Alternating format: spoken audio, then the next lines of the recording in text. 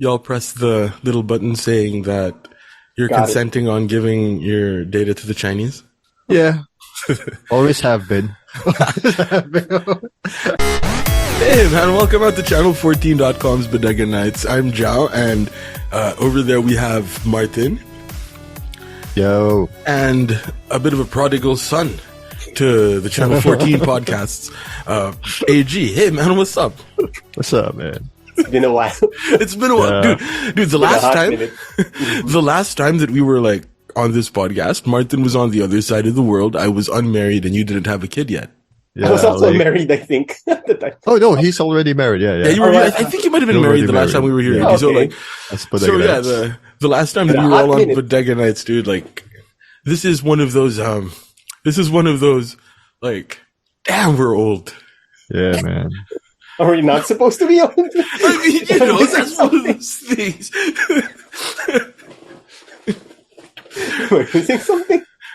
So, Martin, what's it like being back in the Philippines? All the people in the app think you're like an AFAM or you're not Filipino, and they call you old money. Kind of depressing. But hey, I'm good to be back, man. Really, that's your big takeaway. Nothing about how like we have this sort of common shared experience with like people from the other side of the world that Actually, are sort of south of the border of the United States. Like that entire sort of folk Catholicism, the influence of Western European powers, and cult-like status of our national leaders. Yeah. Cause, a couple of days ago, because you messaged me, I was like, yeah, what is happening in Brasilia right now? I said, oh my God, they did a riot. Oh boy. Cause someone like lost the elections last year. They pulled up a, Capitol storm also in January 6th that night. That day. You just got Bolsonaro'd. Yeah. Well, in fairness, they didn't go in while the is it a parliament? Happening. Is it a parliament or a Congress in Brazil? They went to Congress and they went to the Supreme Court. They went on a Sunday, which is actually good because that means everyone was resting. No one was inside. Yeah, like that's why I said in fairness to them, it wasn't like something that was we're going to try and disrupt the processes of government. We're just going to supposedly go there and show our displeasure, right? Yep. Like that was one. It's one thing to go there while Congress is in session or while court is in session, and it's a completely different thing to just hang out near. Well, not hang out. Yeah, near, and then on the Sunday, stairs, on the stairs of the building on Sunday. I don't know. And in fairness to Bolsonaro, he didn't say anything about like it being inspiring or whatever. He just said, "Thank you. I'm still in Florida, recuperating medically on an expired diplomatic passport. So that in itself is an immigration and a diplomatic faux pas." So it's interesting to see how he comes back. It's like me using my something in work that should not be used. So we're pulling out. So I'm going to start pulling out the. No, I won't. No. I was going to talk about how the United States likes to give safe harbor to unpopular leaders. Which is weird because Brazil did that for us. Because two religious leaders were or are there. One already died 2 years ago. The other is a fugitive from the FBI. Are you displaying state secrets right now? No, it's on the news. It's on the news. No, I'm talking about how Ferdinand Marcos fled to Hawaii. Yeah. Oh, I thought you were talking about pastors in Brazil. Kids. Yeah, boy. Kitty. Money. To be fair, even there, he's balding. Quite literally. Apparently, even in Brazilians. That is not a myth. Yeah, but like I said, to be fair to Bolsonaro, he learned from the mistakes of Trump. Yes. Right? He wasn't like, yo, y'all should go and like storm the Bastille, right? Like, yeah. and when it happened, he was all like, this is freedom of expression, but it wasn't like, one, it wasn't me, and two, if there was anything illegal, throw them in jail. Like, you know, that's what Bolsonaro said, even though like prior to that, even though prior to the election, he was all like, calling into question like the democratic process, which is something that is quite common in the developing world. Yes. Shall we say? Like, I found it so funny that the quote unquote, like, bad guys in American politics were the ones that were calling into question the election results, and the quote unquote good guys, at least according to like our little corner of the internet in the Philippines, were the ones that were questioning the election results. Like, I don't know. That's just something that struck a chord with me, because I'm like, you know. So even the most developed country there was a CGP Grey episode, I guess, about it. It's there's no fair election. Yeah. That's the exact word. Every time results will be called into question, and every time that there is a call for electoral reform is the only time there's a call for electoral reform is from the side that lost. Yes. It's never from the side that won. Yeah. So I don't know. Woo. I don't know, man. It's politics is weird. Politics is weird. Yeah. I'm just glad that you're back on this side of the world, Martin, and no longer in Brasilia, right? Which is where that whole thing went down, and we were like, oh, I wonder what would have happened if Martin were there. Would he have been like brought into this whole thing? Like, you're bald, skinhead, let's go, you know, like. That was like a Sunday afternoon, so most likely I'd be playing Genshin, because the reset's already that time. And like, oh, there's some ruckus going on. Okay, no problem. My dailies. You know, judging from the stories of your neighbors, man, it sounds like they would be the types of people that would have gone to that rally. I don't know. Yeah, honestly, should have been arrested so I will have my goddamn peace and quiet. Just kidding. Martin is one of those get off my lawn people now. Get off the lawn! Oh my god. AG, how is fatherhood? Yes. How is fatherhood, man? More people should get kids. Populate the earth. Populate the earth. Prove the Malthusians wrong. Hear that, Thanos? No, it's both a great blessing, but of course, whatever you heard about the difficulties of parenting, it's all true. Especially during like the timing is not the best. The timing is not at its best, but I'm happy that he exists. I'm happy to meet him and spend time with him. It's kind of just, you know, it's just tiring. It really is tiring. As long as it's not 2 a.m. Oh. And he's not sounding like Baby Mario on Yoshi. He is at least past that phase. He's currently at a phase where he that just smashes me randomly, just pounds on my chest randomly, or drops an elbow randomly. The Jupiter's elbow. Have you been like showing your kid wrestling? I haven't been showing him wrestling, but during the time that my wife was carrying my son in his womb, I've been actively watching, and I stopped because of fatherhood and all that capacity. So my wife's theory is that I taught him wrestling. I'm like, I didn't. We were just watching Royal Rumble and that's it. Like, I just don't miss, even if I say sag off of wrestling, I don't miss Royal Rumble. It's just my favorite wrestling show. Yeah. But I also watched AEW's, what's that? The CM Punk return, the Bryan Danielson, and that show, All Out? All In, All Out. One of those. All Out. The gambling themed one, I guess. Yeah. Yeah, I guess. I watched that. Like that was the only two wrestling shows, and then recently I looked at what do you call that, recaps Of last year. of what happened the past year. And I'm like, this is insane. Dude. This was the best year for wrestling. What the hell? Isn't that always how it is, man? It's like when we stop doing something or when we stop watching wrestling is when the best wrestling happens. It's like one of those immutable laws of the universe. Which is kind of unfair of sorts, but it's okay because the grass is always greener, as they say. Yeah, that's what I was going for. It's sort of like we didn't get to see that, but then like, you know, I don't know.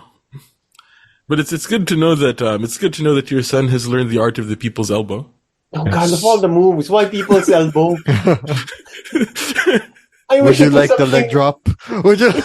Yeah, because the thing about it is it's a surprise when I'm sleeping. He does that when I'm sleeping. It's easily countered, right? It can easily be countered. I'm just waiting for the day that like like in our group chat you're like, my son learned the 5-star frog splash. No, as a counter, and my wife is okay with it. I choke slam my son from time to time. Hey, And while I can still carry him, gorilla press. this is. We should put connotations before people like misconstrue that. Oh, I know how to sell it. It's my son Oh, that there doesn't you know how go. to sell. He just laughs. I know how to sell when he drops the elbow. My son is a no-sell. They're growing up like Hulk Hogan. That's not gonna work for me, Yeah, father. like, you're not the warrior. Jeez. Jeez, Jupiter, you're not Ultimate Warrior. Sell the moves, man. It's just gonna laugh and roll around, not even wither in pain or like fake owie so that I could be in trouble with my wife. Still doesn't know how to sell yet. Oh man. Yeah, fatherhood. It's nice. Fatherly. Fatherly. Wait, do we oh god. So what was his first word? If Oh, of there course, is. it has to be mama. Like, mama is the first word. If my son doesn't say mama as his first word, oh boy, it's gonna be trouble. Oh, like dad, that would be Yeah, Papa. I call Papa. I don't want me to be the first word. I don't want Papa to be the first word. Papa. Like, my wife carried my son in the middle of a global pandemic when the world was in crisis, and the first word would be Papa. Hell no! All I did was take care of them and watch. She was the one who went through all of that. So it was like, has to be Mama or I'm gonna beat your ass. Oh. For AG's ass, it better be mama then. Yeah, it has to be Mama. He tries to be like, oh, I want to impress my papa, and so his first words are like, Papa, and he just choke slam him onto the floor. It should have been Mama. Shut up, mama. Oh no. Woo!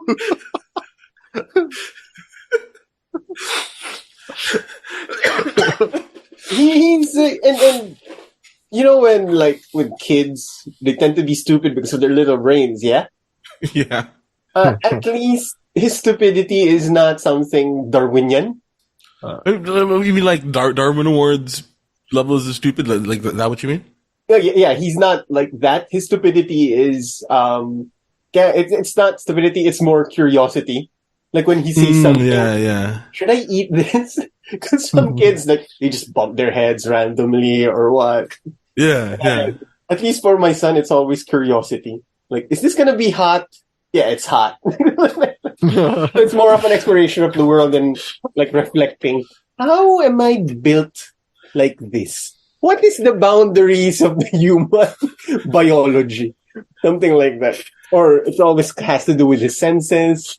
Like, if it's bright, he's gonna shine the bright, like, he stole our emergency flashlight on the bedside once, and then pointed it at his eye, and my wife and I were just looking like, oh, I know. Like, are you happy with what you did? He got blinded, and then he just laughed. So those moments, they're charming, of course. Like, first time he walks, like, the firsts are great. Because, and it's still always surreal to me, like, this kid came from me, and my wife carried it as a vessel. My God, how does this happen? Why? Like, why? It's such a surreal thing. Like, looking, it's not even a little you; it's a different person that was made possible because of bodily fluids and friction. Friction. Yes. Thank you for that. I thought we were going to go into one of those directions where it was like, oh, this is one of the greatest gifts that was given to you. Like, no, it's bodily fluids and friction. Because that's kind of what it is, right? It is what it is, Zhao. It really is. I mean, what else? Is there anything new that I don't know about? Or we have to incorporate test tubes or algorithms now? I'm pretty sure it didn't involve storks. But boy, if it did. Yes, boy. Oh, no, it involved. He's like, no, it involved my stork. Look at my stork. My stork is Stork is amazing. Give me the pen. So do you have one of those like little diaries or whatever where, it's like a lock of your kid's hair and like a picture Hannah of keeps that. his first like Yeah, my wife is the one who is keeping that. And the I'm not sure if my son will see this as a curse when he grows up, because I am I am a photographer. Oh, yeah. Right, So, right. There's an excessive amount of pictures of For my him. son, so I'm not sure he's gonna appreciate that when he grows up. I'm not sure. And my wife is the one in charge of keeping the artifacts of my son, like, loss of hair, some medical, what do you call that? During the hospital, the tag, Yeah. some paperwork, and first time he scribbled on something, stuff like that. So I'm not sure if he is going to appreciate said things. I mean, did your folks do that with you? Yeah. I know that I have one and I was completely indifferent. Like, I appreciate the efforts of my parents. And that's when I realized most of parenthood is not so much for the kid. It's for the parents. Like, when you want to do stuff like early vacations, like we if you see in my socials, we always go to the beach. We always make it a point that bring Jupiter away from this godforsaken hellhole called Metro Manila. Yeah. So we always go outdoors. It's either beach or mountains, but it's always been beaches. The funny thing about that is, and I read it up, it's not really like the child hardly retains any of that memory. But the parents love the shit out of it. like my wife and I just love it. Just seeing him walk around the beach, side to side, and all the people are like, "Oh, who is this young fellow walking alone, tailed by his parents, not giving a care?" It's like that's how we want to raise him. Just be curious and be infinitely curious of the world. So and it's more for us than him. Like seeing him like that on this stage of his age. So, but the nice thing is what we are observing is he's constantly keeping that curiosity wherever he goes. He's always exploring. He's always walking around, which is great for me getting 10,000 steps a day and staying physical. You need to run after your kid. No! Don't jump off that cliff, child! Some people don't bring him to cliffs, so... There was that thing about how kids are sort of natural scientists, right? Kids are some of the most, curious, obviously, tremendously curious because they haven't been told by the world that curiosity is something that kills kittens, like, What? Curiosity killed the cat. right? Because like, Okay, yeah. because the world, because social pressures tell us that curiosity is kind of a bad thing in order to maintain whatever like status quo we have, right? Like, we're just sort of very naturally conservative as a species because that's how we, don't Self-preservation and all die, that right? jazz. Yeah, like, oh, what's inside that cave? Like, goodbye tribe, right? Like,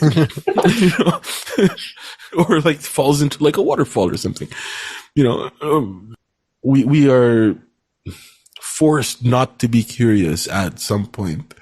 And it's a beautiful thing to see the product of fluid and friction being just curious about the world. Yeah. Because that's, that's the sort of thing that gives me hope for the future. At least Yeah. And in Judeo-Christian sense, in the eyes of the child, the innocence and all that, shit's true. like they have, if you're gonna go morality on it, they have the purest form of morality. Yeah. Like, they don't care, hey, am I gonna get likes out of this? Is this content or views? I have those concepts yet. What was it? Now I can totally see. I can totally see it because one of our friends has a child, and their wife and his wife was quite the prolific social media poster using an account that they created for their kid. Oh wow! Oh, yeah, it has been a decade. And I don't know, that never really sat well with me, but like I now understand it, man. Like at least, or I have a little bit more insight into it. Now that you mentioned that that these sorts of things are for the parents because there's nothing inherently, or it doesn't add value to the life of the child, but it adds value to the life of. I mean, it still feels kind of dirty, right? Like, because we've been conditioned by society that as a child you have to be selfless and give everything. Screw that. Take care of your own shit as well. How can you take care of your kid if you don't know, if you haven't taken a bath in 4 days? Shit like that. Yeah. So those I are don't know. things that I learned about parenting, because as much as I am thankful for how my family and my parents raised me, you kind of have to learn some of the things on your own. And that's one of the things I learned. Like, you have to do stuff for yourself to be able to survive, or do what it means to do what it means to be able to accomplish the demands of parenthood. Yeah, that seems to make a lot of sense. No, not that seems to make that does make a lot of sense. Indeed, it does. Oh, sorry, Bob, it does. See, I'm the dad now. Say, oh, sorry, Bob. Gee whiz. Gee whiz. Blasted. Pretty soon it's cargo shorts, tweed, flannel, and plaid. So my outfit when I was 19. It's all coming back.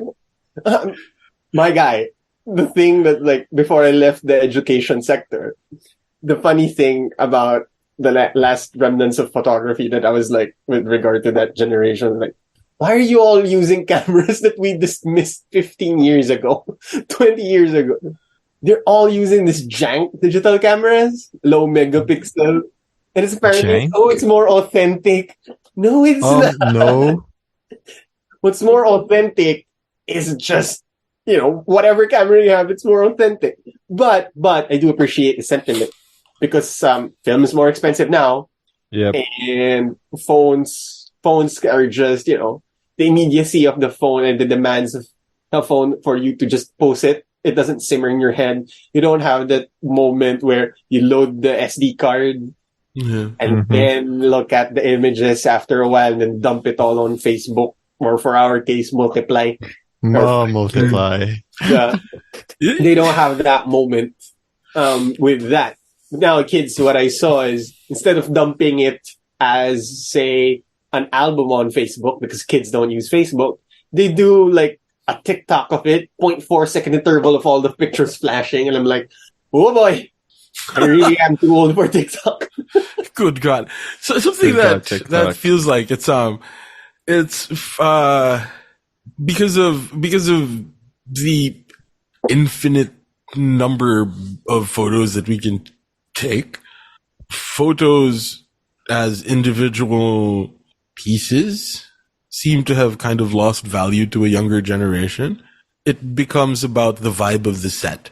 Yeah, that has been discussed. The first person who, oh my God, I'm gonna be academic once again. Jesus Christ, I hate and love my job at the same time. The first person, like this was discussed by in the Age of Mechanical Reproduction, Bartz or Benjamin Bartz. I want to say Bartz. Anyway, in the Age of Mechanical Reproduction, that with images, the unique thing about this, of course, it's infinitely reproducible.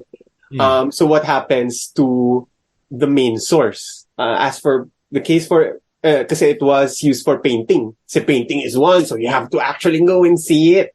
And with regard to mechanical reproduction, which is a photo, I can just look at the photo of the painting. So what happens then to the main painting? So for the case of photo, what happens now to the main moment? And as such, some neuroscientists, am I right? Neuro people, Neuro people. Brain people who looked at the phenomena and said, let's see, do people actually remember the memories or do they remember the photo? And it turns out they remember the photo. So the best way to remember a memory is to take a picture of it. Yeah, I can sort of relate. Home video. I'm convinced that I don't remember any of the stuff that I did as a kid, save for the home videos that my folks took, right? And it becomes a vessel for memory. And as such, that's why this generation and all of their vibes, because it doesn't have the immediacy, because the recurring, like the millennial process of, well, not millennial, but the TikTok, Instagram process of, hey, shoot, share, and then just put it to the world. There's no middle point of misremembering. There's no middle point of, oh man, remember this, because it's that immediacy. So what tends to happen now, and the phenomena in social media is make sure everything is uncurated. It was a huge thing before that, it has to be aesthetic. Like now, the aesthetic is anti-aesthetic. And then the other phenomena about it is if the camera or which goes now to post-humanism, because what's happening now is we as humans are now outsourcing memory to another device, which is the camera. Yeah. So how is that gonna affect things? The past 5 years when I read that paper, parang, okay, there is still don't know how it's gonna happen. And then AI happened. Now memories are being, not fabricated is the word I use. There's now a nostalgia for a memory that you didn't have. There you go. Did that make sense? Did you all get that? Yeah. So what do I mean with a volume thing? It's a volume thing. Yeah.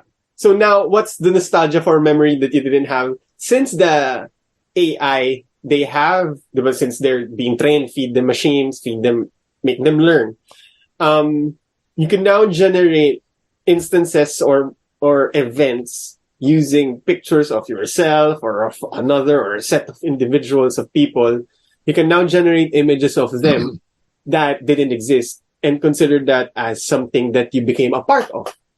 Case in point, remember every time that there's a viral post on our Facebook of, hey, this is what 90s mall culture looks like. Yeah. Oh, God. Yeah. But this was all AI generated or made by Midjourney. Or Stable Diffusion, Midjourney and all that. So that's one of the recurring things that I've been seeing. A nostalgia for a memory that was not made because they were never included in that, at least for Gen Z use cases. Yeah. Because they didn't have the 90s mall culture, because they didn't have the 90s grunge or 80s new wave. Like, hey, maybe I could include myself into that narrative, even though there wasn't. So now that coming off from this, that's one use case of photographs being used as storage of memory. They're now being used to have create memory semblance, creating a nostalgia for a past that they didn't experience. Yeah. That's quite interesting, though. Should I get a master? I really should get a PhD. You should definitely get a master's degree. Yeah. Interesting you bring it up, though, because like, it isn't only the camera that we sort of outsource a lot of our memory to. It's sort of the wider internet. It's our phones. It's our computers. It's all of Our that sort of thing. messages. It's sort of like, it's sort of like when you've been married for somebody for quite some time. Like when I notice old couples talk, what I find is that a lot of them have just sort of outsourced memory to each other. You know, like outsourced memory. Go.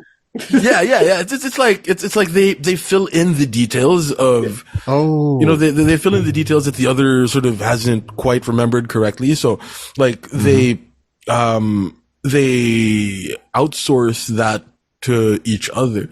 But now we also find that with our phones and our access to the sum total of human knowledge in the palm of our hands.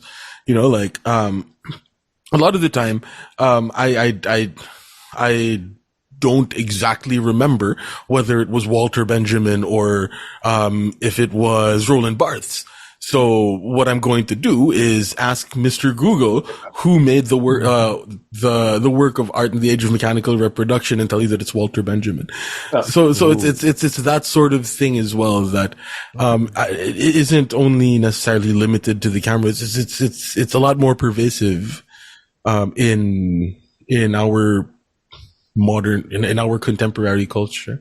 And it's not gonna end. Like that's the entire thing about post-humanism. Like we are really going there. Like Deus Ex, mankind. The very first Deus Ex. I will argue post-human. Isn't it transhumanism or something? Transhumanism. Sorry. Right. Like, transhumanism, because post-humanism is the Matrix. So transhumanism.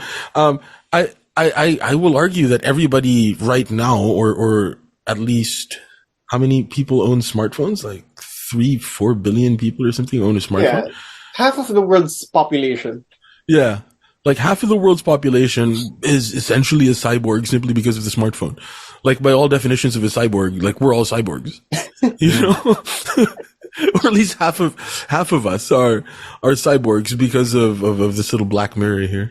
Yeah, because, you don't want to remember the names and the dates of all thousands of people. So you want Facebook to just remember it for you. So it's a little minutia in life, and with AI, especially with what they're doing with ChatGPT as a substitute for Google. That's bullshit, though. That's for scary. me, that's the greatest threat to quote unquote Google supremacy. Eventually, I think the next step for Google is to just integrate ChatGPT into their. Isn't Microsoft doing that? Yeah, Microsoft. Like we're gonna bring back Clippy through AI, through ChatGPT. Yeah. Basically, and we're all going to use Bing. That's why Google instead. Bing. Because come on.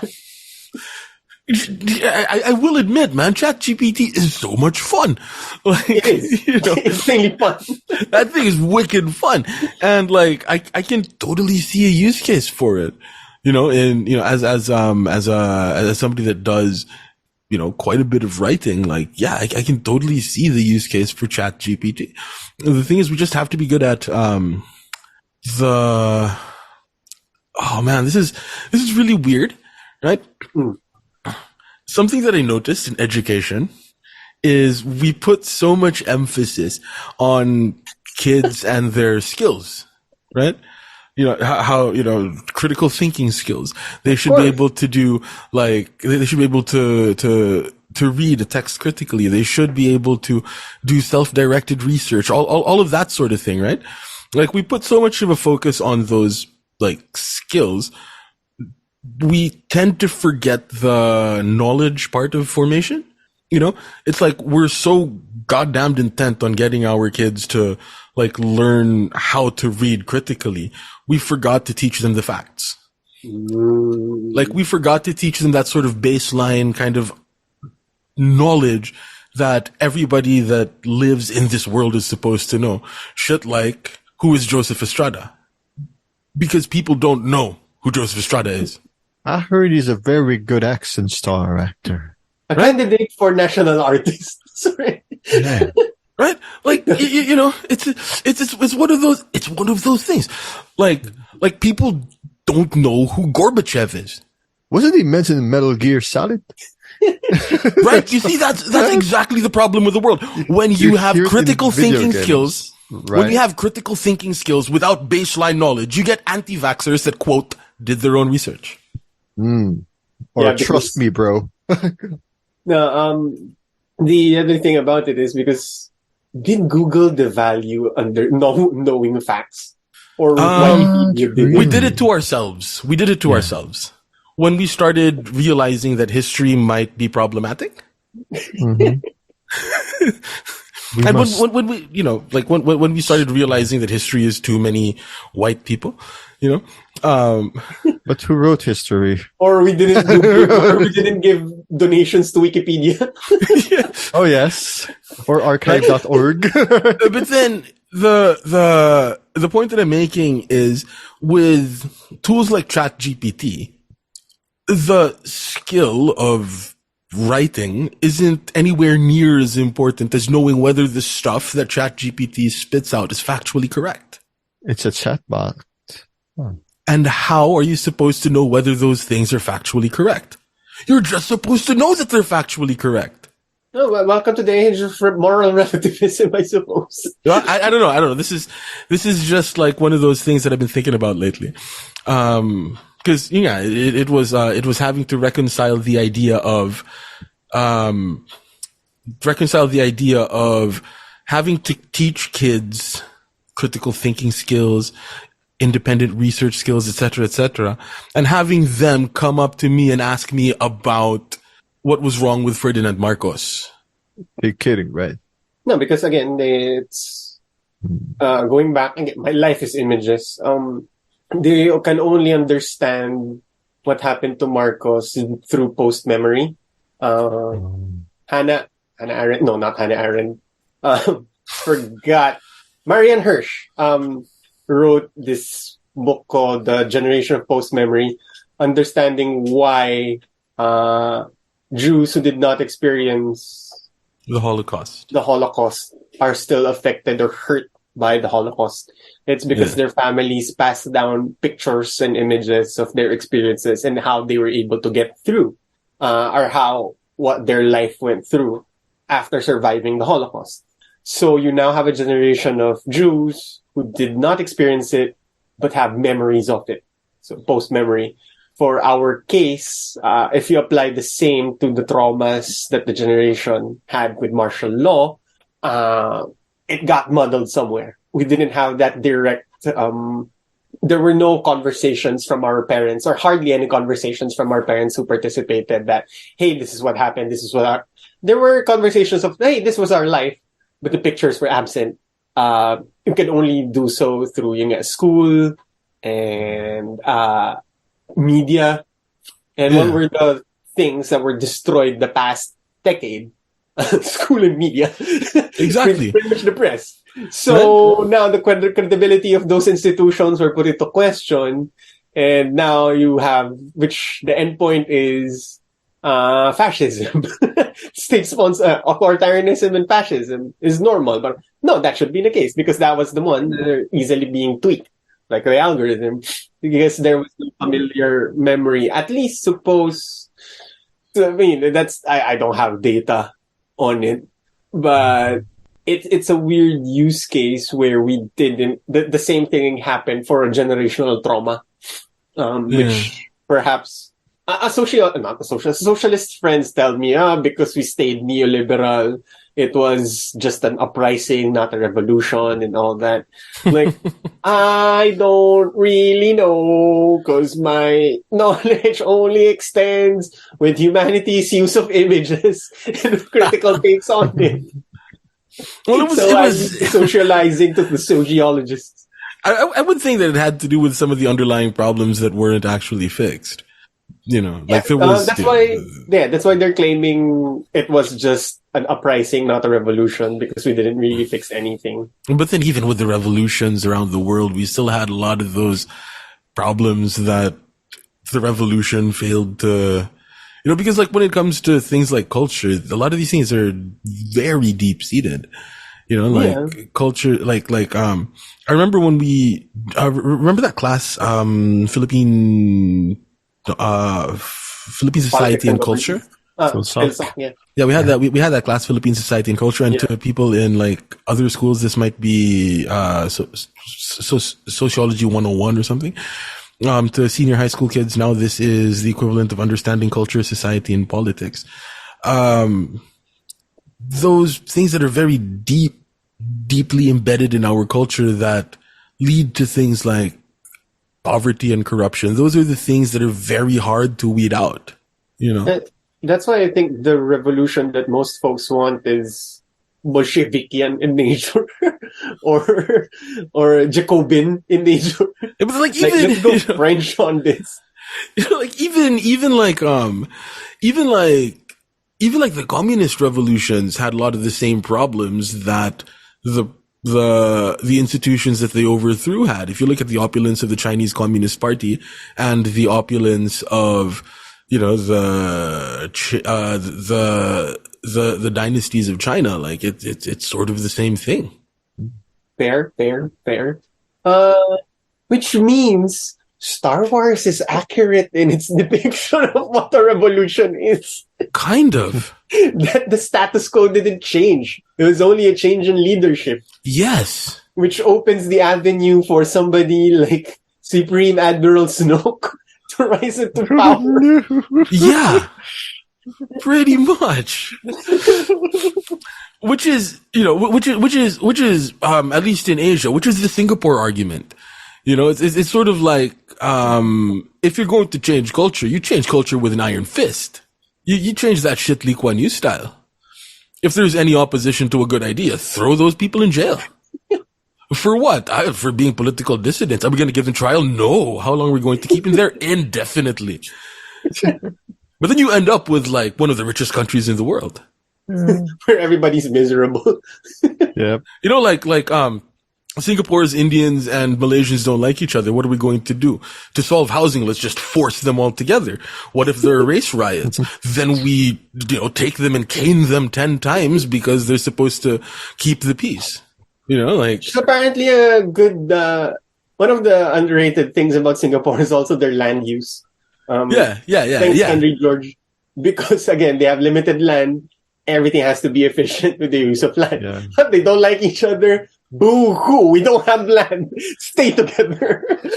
Yeah. And the consequences of showing their displeasure is going up against an unchecked government. And that's how you change culture. At least that's a Singapore argument, right? Like Lee Kuan Yew had very colorful words to describe the Chinese people of Singapore.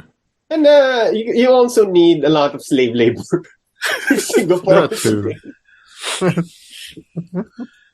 That's also a thing about Singapore that people like Singaporeans don't want to talk about it, but Filipino slave labor is kind of Indian construction labor and all that. Well, actually, it is quite important, at least, I think, because this is like us knowing our Asian history. And when we look at the beauty of the Marina Bay Sands, we have a little bit more context to understand how and why they ended up the way that they did. And we can ask ourselves the question, do we want to do that or do we not want to do that? Right?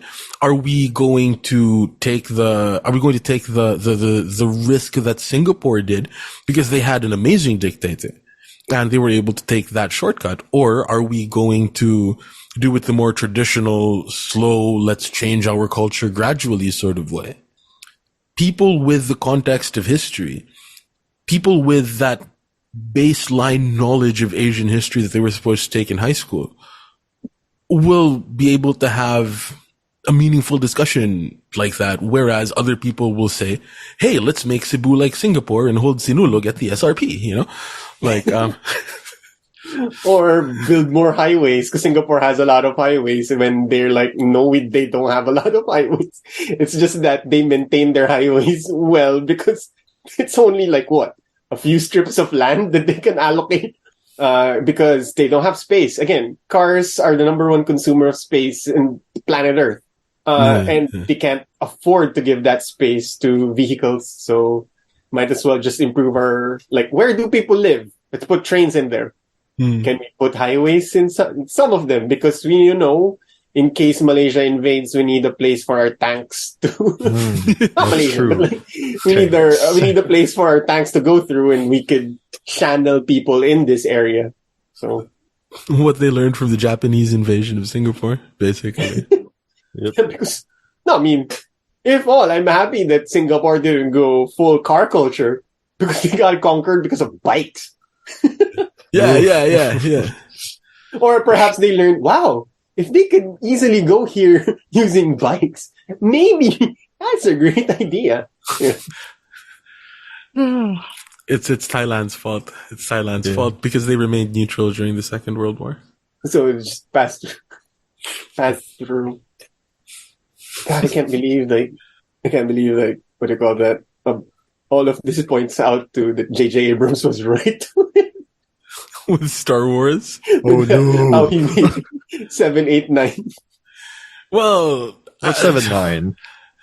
Nine was not 9, dude. 9 was seven made. 7 was good. Yeah, I'm going to say, 7. I'm going to say there was that.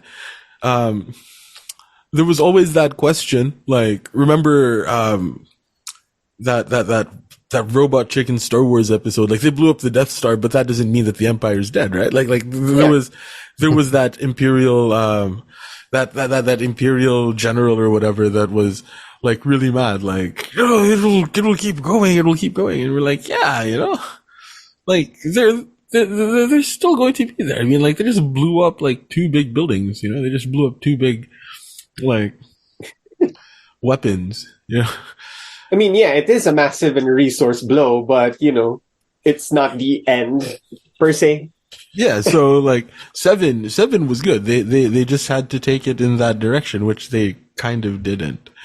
They didn't have a plan, basically, which was the problem there. Like, there really wasn't much of a plan. Feige plans his stuff out. Yeah. I mean, this is why there's an end goal. There's an end goal in mind, right? Like, in the beginning it was, we're going towards the Avengers, and then like eventually it became, we're going towards the Infinity Saga, right? Like, there was that sort of long-term arc in mind, and whoever came in had to sort of fit within that big framework. And to borrow Nicholas Fury's, there was not idea. Oh my God, I forgot the thought. Yeah, there was not intent. There was an idea or something. Oh yeah, there was an idea to bring all these individuals together, and which Feige kind of did. That's my problem with the latest phase. It doesn't feel like they had much of a plan until they were like Kang Dynasty. I mean, it didn't make sense because it was all coming off because, again, Infinity. They just came off Infinity. So there's so many. Like, where are they gonna bring this? Is this House of M? Are we gonna do like Kang? Are we gonna do a soft reboot? Or is it gonna be AVX? It's just stuff like that. Yeah. Until we're leading towards Kang. So and we're now at that limbo stage of as we go to the next phase where build up, and there's so many content, and I only have a limited finite time because my son needs to drop his elbow on my throat.